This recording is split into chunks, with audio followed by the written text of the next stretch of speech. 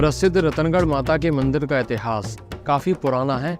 स्थानीय लोगों और मंदिर से जुड़े जानकारों के अनुसार 13वीं शताब्दी के क्षत्रिय प्रतिहार वंश के राजा पुण्यपाल परमार के वंशज राजा रतन सेन ने सिंध नदी से 3 ओर घिरी एक ऊंची पहाड़ी पर एक दुर्ग का निर्माण करवाया था। दुर्ग काफी विशाल और सुंदर था। उस दुर्ग में एक हवा महल भी बनवाया गया था और कहा जाता है उसकी छाया सिंध नदी में दिखती थी। राजा रतन सेन अपने परिवार सहित दुर्ग में निवास करते हुए अपनी छोटी सी रियासत का संचालन करने लगे। रतन सेन के 9 पुत्र एवं एक पुत्री माड़ुला थी। माता भगवती की उपासक माड़ुला देखने में अति सुंदर थी। इतिहासकारों ने लिखा है कि 13वीं शताब्दी में ही अलाउद्दीन खिलजी अपनी सीमाओं का विस्तार करते हुए इटावा तक आ गया। इसी दौरान उसको माड़ुला की सुंदरता के बारे में पता चला। अलाउद्दीन खिलजी ने राजा रतन सेन के समक्ष विवाह का प्रस्ताव पहुंचाया, जिसे राजा रतन सेन ने अस्वीकार कर दिया। नाराज अलाउद्दीन खिलजी ने रतनगढ़ पर आक्रमण कर दिया।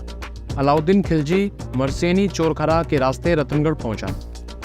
रतन सेन की सेना और खिलजी की सेना के बीच भीषण युद्ध हुआ।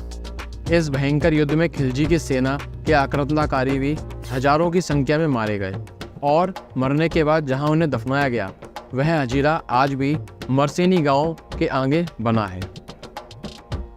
दुर्ग सिंध नदी से घिरी ऊंची पहाड़ी पर होने के कारण खिलजी की सेना दुर्ग पर कब्जा नहीं कर सकी।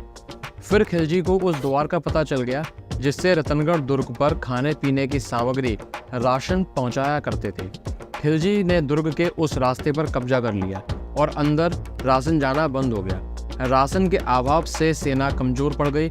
अंतिम विकल्प के रूप में राजा रतन सेन अपनी सेना और पुत्रों सहित सीधे युद्ध के मैदान में कूद पड़े।